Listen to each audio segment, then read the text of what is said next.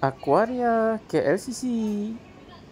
Dekat sini tempat nengok-nengok ikan le. Ini memang tempatnya dia orang mengumpul-ngumpulkan hidupan laut, hidupan sungai, air payau, air masin, air tawar. Semualah binatang-binatang berenang ni. Tapi tak semestinya ada juga tengok ni apa benda lemur kot, ketupai.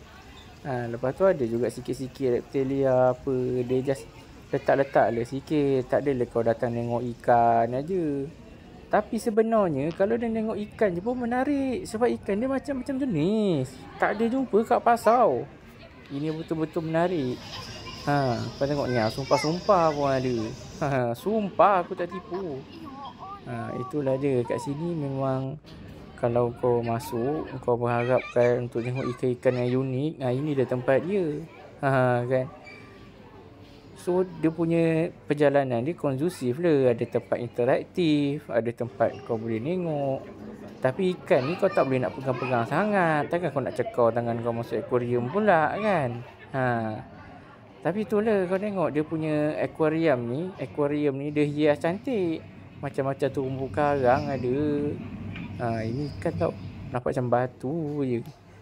Ni jerung ni bercuti pula. Tapi kalau aku sebenarnya tak berkenan sangat akuaria ni dia letak-letak LED macam gini. Sebab bagi aku kalau dia letak yang warna putih tu, nampaklah segala dekat dalam tu pun dah cantik. Tak payah dia letak yang ni. Tapi aku tahu ini tips-tips lah orang yang membeli ikan dalam akuarium ni.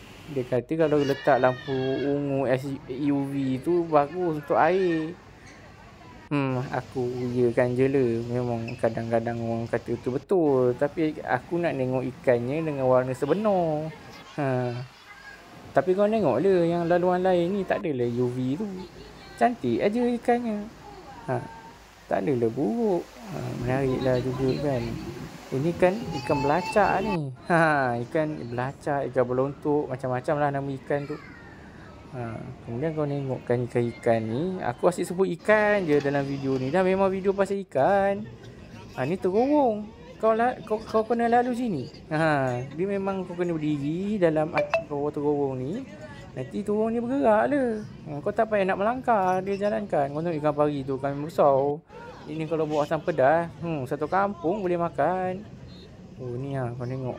Ikan jerung ni bukan main garang lagi tengok muka. Ini kalau bermisai, mana mau takut kita tengok dia bermisai. Kan. Inilah ikan-ikan kat sini memang friendly. Aku tak tahulah kenapa dia friendly. Mungkin sebab dah biasa dengan orang. Dia tak tahu orang makan dia. Tak apalah, yang penting dia orang bahagia. Tapi dia bergerak slow sikit. Kalau kau nak tak nyabau, kau berjalankan aja. Ini tempat ni sangkar tu kau boleh duduk dalam. Boleh tengok ikan hiu. Kan.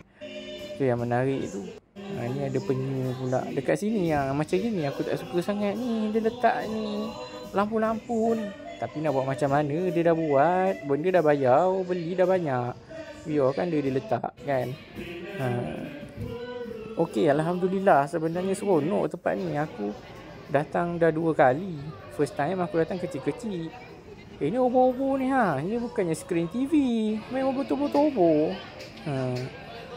Lalu bila dah besar aku datang balik. Masih lagi seronok le. Lepas tu ni kat KLCC. Aku jalan sikit sampai lah dekat mall KLCC tu. Boleh lah pergi tempat lain. Aku pun menyinggah lah dekat Kinokuniya ni. Beli buku le.